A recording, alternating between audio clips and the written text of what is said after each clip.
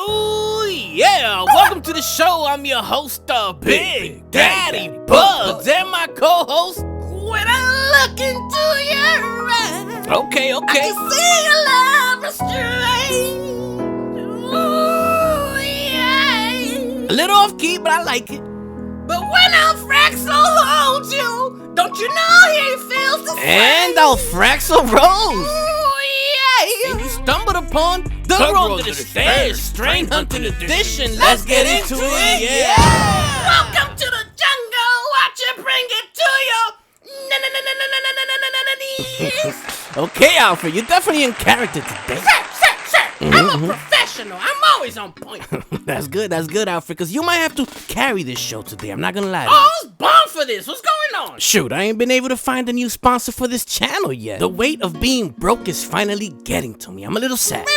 Are you saying you regret removing all Spider Farmer logos and sending them that nasty email? Nah, I ain't regretting shit. Spider Farmer and any other company try to take advantage of content creators like myself can suck a dick. Okay, but you do see how your attitude could be scaring away potential new sponsors, right? Oh yeah, for sure. It should be scaring companies trying to rape me, companies trying to rob me.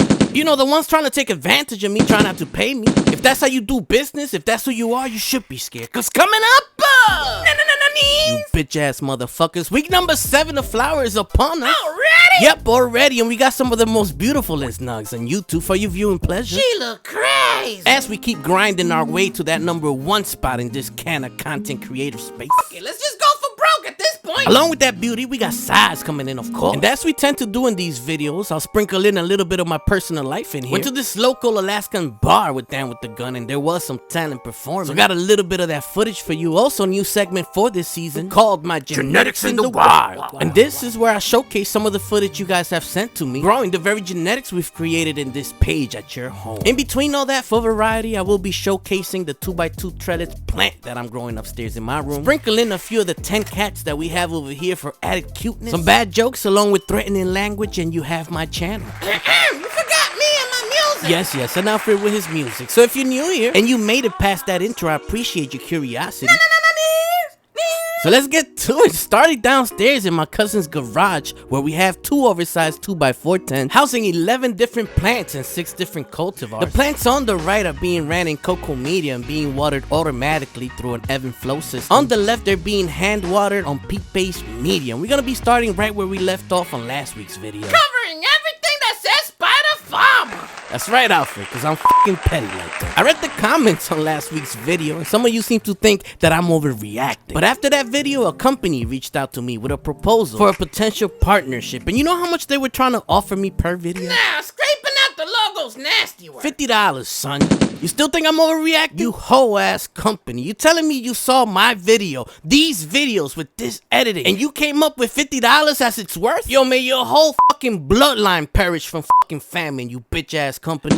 Chill, son. Now, there ain't no chill here. You know why they think they could get away with that shit? Because some of you so-called content creators accept it, so fuck you too. As we move on. Don't ever put yourself in my category, you hoe. They not like us. On screen, the Sunset Mac crossed with Orangecello. Say, Drake, I hear you like I'm young. Nah, you know what? F this video. Let's crash out, man. You got eyes. You see what's going on screen. You're interested in my genetics. My email is right in the description of this video. Let me get this shit off my chest. For those that don't understand the business, let me break it down for you real quick. If you wanted to run a video ad on YouTube that got, say, 5,000-10,000 views, how much you think you'd have to pay YouTube? You could do this yourself. Go try it. Because it ain't gonna be no fucking $50. You might not even reach your target audience, and you gotta make said video yourself. Now, here I am with an established channel and 12,000 of your customers. I make the video for you, promote it to those specific, and you trying to offer me what? Fuck you! On screen, you're watching footage of both of the parents of the plant that I just introduced to you. Your Orangecello was right before this one, and here you got the Sunset Mac from when we ran it over a year ago on this channel. But back to my complaining, I'll try to get off of this topic. The truth is, I'm angry. I ain't really want to even do this video, so this is the way that I chose to get through it, by just telling you my truth, because I can't stop. Tell us in my name on the blimp. Facts. For the long-time viewers, y'all remember when we went through the same situation with seed makers doing the same thing? Here promoting their genetics, lining up their pockets. The motherfuckers forget breaking bread. They wasn't even commenting on the videos or reposting. So if you don't give a fuck like we don't give a So I stopped doing that. I created my own genetics, and now when I promote this, I'm paying me. We got our own work. And I suggest if you're a content creator, you take heed. Cause these motherfuckers is playing with you. But I'm not only talking about what's wrong, I'm doing what's right. If you're running my genetics, I'm promoting you right here. When you tag me on Instagram with my genetics, I repost. And let's go even further. With my money right, if you're a content creator, you're running my genetics, I'm gonna pay you to run my genetics exclusively on your channel. Yeah, let's see how this all pans out. By next year, everybody doing free shit ain't gonna be here no more. They can't afford it. Y'all gonna have to deal with me as we move on. Now, fam, the public mental breakdown of Big Daddy Buds has to be studied. Yeah, well, welcome to the jungle. Don't do that. Don't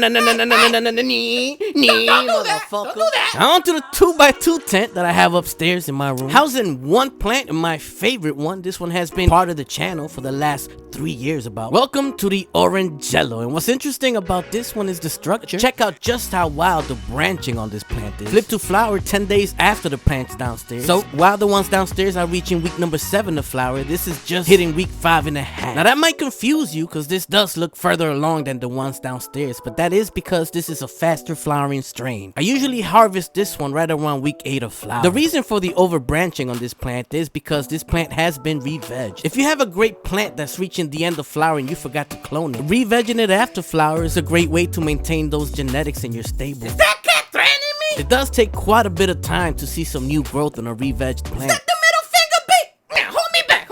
Once it does start regrowing, you'll get some crazy branches. Oh, tell that cat to suck my dick. Yo, relax, Alfred. You telling me to relax? Chill. You ain't Frankie. I used this to my advantage and set up a trellis net, which then allowed me to spread those branches out evenly in that small tent. And as we move on, tell that cat to a plant that's quickly becoming one of my favorites out of this grow. Ladies and gentlemen, the frozen bag crossed with orangecello. Yeah. She's so beautifully out of focus.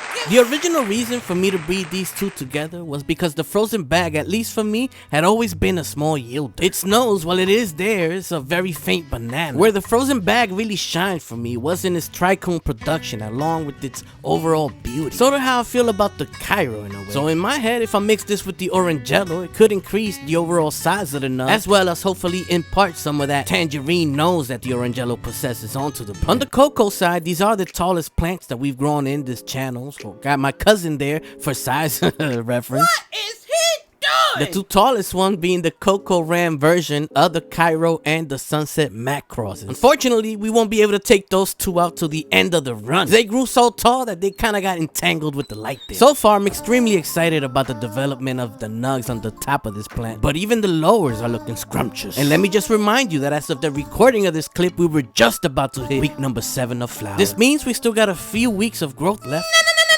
Since we usually harvest these around week 9 or 10 of flower, I'll forget the hell out of the frame, dog. Hey, watch your mouth, look. What? Don't talk to me like you talk to them funky ass companies. Out of the 11 plants that we have going downstairs, Put some respect on my name. there's about 4 that look like clear winners to me. Cause Alfred clap back, he gon' clap back. The 12th plant that we had down here ended up herming out on us, but we did have 2 seeds of that going. On screen is the second one, of course the plant being the Cairo cross with the orangecello, the original reason why we even started this breeding project, so do take that into consideration when making your purchases. These are F1 seeds. As far as me, I'm extremely happy with the outcomes, given the fire that we seem to be growing. But let's not just take my word for it, let's see what you guys are doing with my genetics at your home. The first clip comes to us from Divine Omega over there on Instagram, who is running my PC21 cross with orangecello.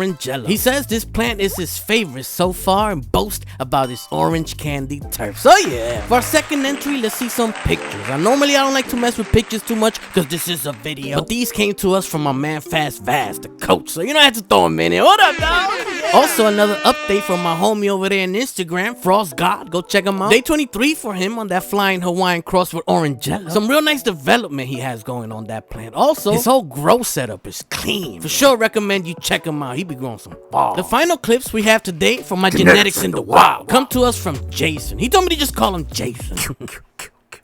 On screen, he got the Grandpa's Cookies crossed with the orangecello. I believe he also is running the flying Hawaiian, but we're gonna stick with this particular cultivar because he also sent us video of the final harvest. You know, Jason also told me that he's been posting these clips all over Discord, so I very much appreciate that, man. I know we went off track, but before we leave, man, let me give you some of this music from this local artist. Dan and I ran into this dude while pouring down shots at the Carousel Lounge, and I believe this is an original piece they were performing. Check them out on Instagram. My baby holds me hostage.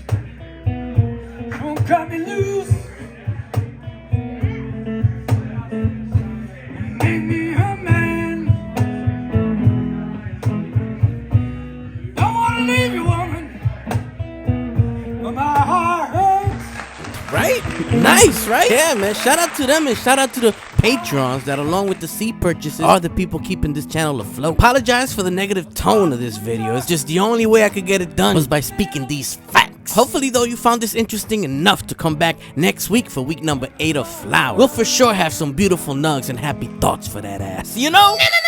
That's it. We see you guys later.